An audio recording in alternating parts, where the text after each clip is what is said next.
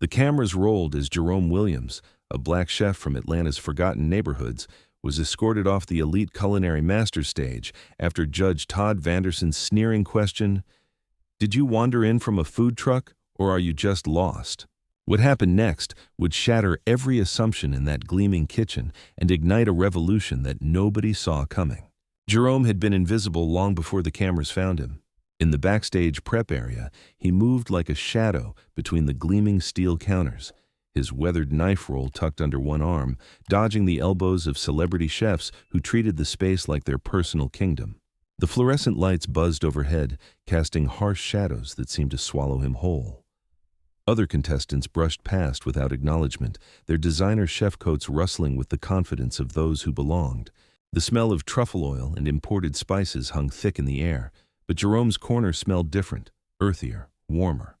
He worked quietly, methodically breaking down beef short ribs with movements so fluid they looked like meditation. His grandmother's voice echoed in his memory. "Cooking ain't about showing off, baby. It's about loving people through food." The other chefs whispered among themselves, their voices carrying undertones that made his shoulders tense. A sideways glance here, a barely audible snort there, the kind of microaggressions that accumulated like paper cuts. When the production assistant called time for introductions, Jerome found himself last in line. The host's smile grew thinner with each handshake, her eyes skating past him like he was background scenery. "And you are?" she asked, her voice carrying the practiced patience of someone addressing a lost tourist. "Jerome Williams, ma'am." "From Atlanta." The judge panel's reaction was immediate. Todd Vanderson, food critic for 3 major publications, leaned back in his chair with theatrical bewilderment. "Atlanta? Let me guess. Another barbecue specialist trying to play in the big leagues?" His colleagues chuckled, the sound sharp as breaking glass. The cameras captured every smirk, every eye roll, every moment of Jerome's quiet humiliation. "This isn't a backyard cookout, friend," the competition director added, his voice dripping with condescension. "Maybe try the Food Network casting call down the hall." Jerome's fingers tightened around his knife roll. The leather was worn smooth by years of use, a graduation gift from his culinary school that had cost him 3 jobs' worth of savings. He wanted to speak, to tell them about his stages in Lion, his work under Pierre Marche, the James Beard nomination that never came because his restaurant served a community that food critics rarely visited. Instead, he nodded once and walked toward the exit, carrying his braised veal cheeks in burgundy sauce, his grandmother's recipe elevated through classical French technique. Behind him, the laughter continued like static on a broken radio. In the corridor outside, Jerome sat on a metal bench, the container of food growing warm in his lap. The hallway stretched empty in both directions, lined with motivational posters about culinary excellence that felt like mockery now. He pulled out his phone, thumb hovering over his sister's number. What would he tell her? That the dream they'd scraped together money to pursue had lasted exactly 12 minutes? Inside the kitchen, a production assistant named Marcus grabbed a fork from the craft services table. He'd been watching Jerome work, mesmerized by the quiet precision, and the smell had been calling to him for 20 minutes. One bite of the abandoned dish stopped him cold. The meat fell apart like silk, the sauce carrying layers of flavor that spoke of patience and skill and something deeper. Love, maybe, or the kind of knowledge that came from feeding people who truly needed nourishment. "Jesus," Marcus whispered, then called over Sarah, the segment producer, then the lighting director. Word spread like wildfire through the backstage crew, forks appearing from nowhere as people lined up to taste the dish that had just been dismissed without consideration. Meanwhile, the internet was exploding. A cameraman had live-streamed Jerome's humiliation, and the clip was racing across social media with the fury that only injustice could generate. Justice. For Jerome was trending within an hour, comments pouring in from chefs, food lovers, and anyone who'd ever been made to feel small because of how they looked or where they came from. Judge Jenna Lucas, owner of 2 Michelin-starred restaurants, was scrolling through her phone when the video appeared. She watched once, then twice, her expression darkening. She'd been the dissenting voice on the panel, the one who'd argued for giving Jerome a chance, but she'd been outvoted by her male colleagues who seemed more interested in their own comfort than fairness. That's when Marcus appeared at her elbow with a spoon and a small portion of Jerome's dish. The first taste hit her like revelation. This wasn't just food, It was technique married to soul, classical training filtered through generations of wisdom. The burgundy reduction was perfect, but beneath it lay something she couldn't teach in any culinary school, the kind of intuitive understanding that came from cooking as survival, as art, as a love letter to community.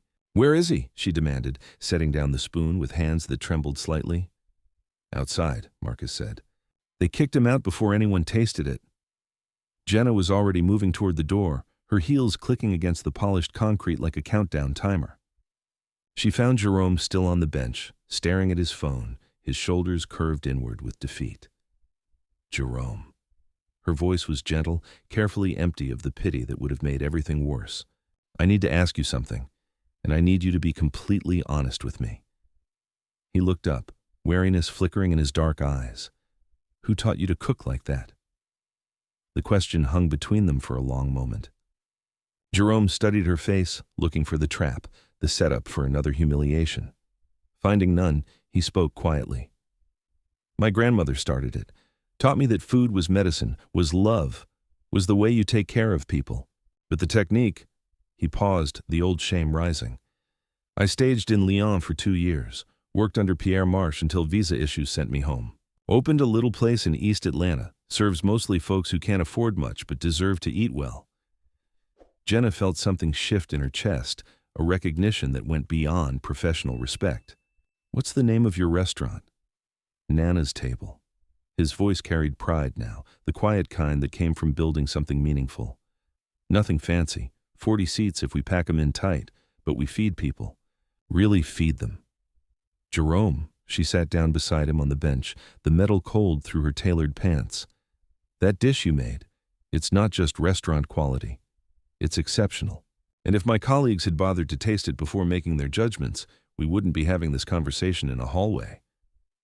Something flickered in his eyes. Hope, maybe, or just the simple relief of being seen. "What are you saying?" "I'm saying we made a mistake, a big one, and I want to fix it." The next 30 minutes changed everything. Jenna marched back into the studio with Jerome beside her, the container of veal cheeks in her hands like evidence. The other judges were still chuckling over their previous remarks when she set the dish in front of them. "Taste this," she commanded, her voice carrying the authority that had made her a legend in professional kitchens. "All of you." "Right now," Todd Vanderson looked annoyed. "Jenna, we've already made our decision. Taste it." The silence that followed was profound. Fork after fork found its way to the dish, and with each bite, the expressions around the judges' table shifted from skepticism to surprise to something approaching awe. The cameras captured every moment, the widening eyes, the involuntary sounds of pleasure, the slow realization that they had just made a catastrophic error in judgment. This is... Todd struggled for words, his earlier arrogance deflating like a punctured balloon. "This is extraordinary." Jerome stood quietly beside the table, watching these powerful people confront their own assumptions.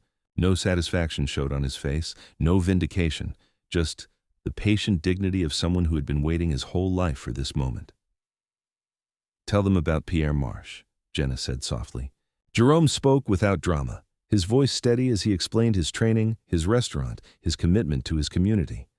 With each revelation, the judges seemed to shrink a little more. The competition director's face had gone ashen. The producers were already calculating damage control. "We owe you an apology," Todd said finally, the words seeming to stick in his throat. "A profound apology." "Yes," Jerome said simply. You do." What followed was a masterclass in grace under pressure. Jerome was reinstated in the competition, but more than that, his story became the heart of the show. The producers, scrambling to manage the PR disaster, pivoted the entire narrative around his journey. Episodes were recut, interviews were scheduled, and suddenly, Jerome Williams was everywhere. But the real victory came 6 months later, when Jerome opened the Jerome Williams Culinary Academy in a renovated warehouse in East Atlanta. The funding had appeared from multiple sources: Jenna's foundation, guilt-driven donations from the show's network, and grassroots support from a community that had rallied around his story. On opening day, the Academy welcomed its first class of 30 students, kids from neighborhoods where opportunity was scarce, but talent was abundant.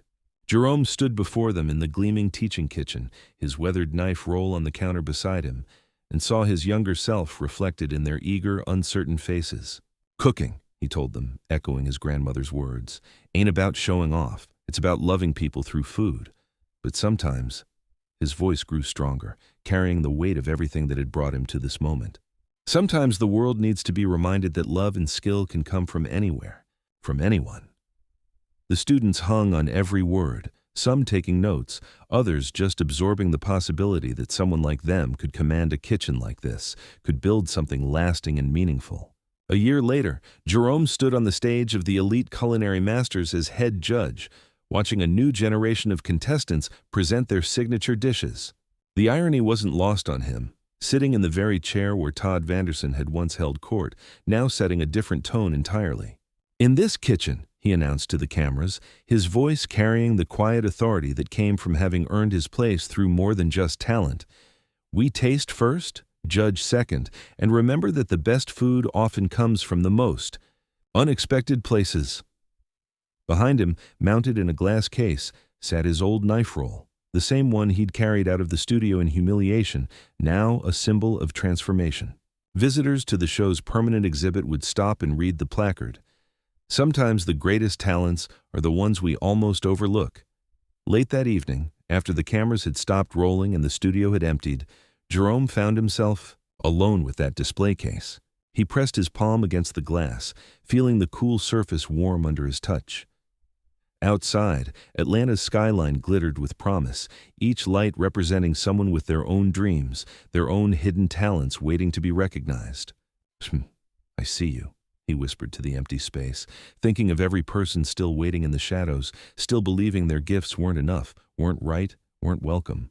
"I see all of you." The reflection in the glass showed a man transformed, not just by success, but by the knowledge that his story had opened doors for others, had changed the very definition of who deserved to be seen, to be heard, to be tasted. Talent, Jerome had learned, doesn't announce itself with credentials or pedigree. It whispers in quiet corners, simmers in humble kitchens, and waits patiently for someone brave enough to look beyond the surface and taste what lies beneath. The question isn't whether exceptional people exist in unexpected places. It's whether we have the wisdom to recognize them before they slip away, carrying their gifts into the shadows where they might never emerge again.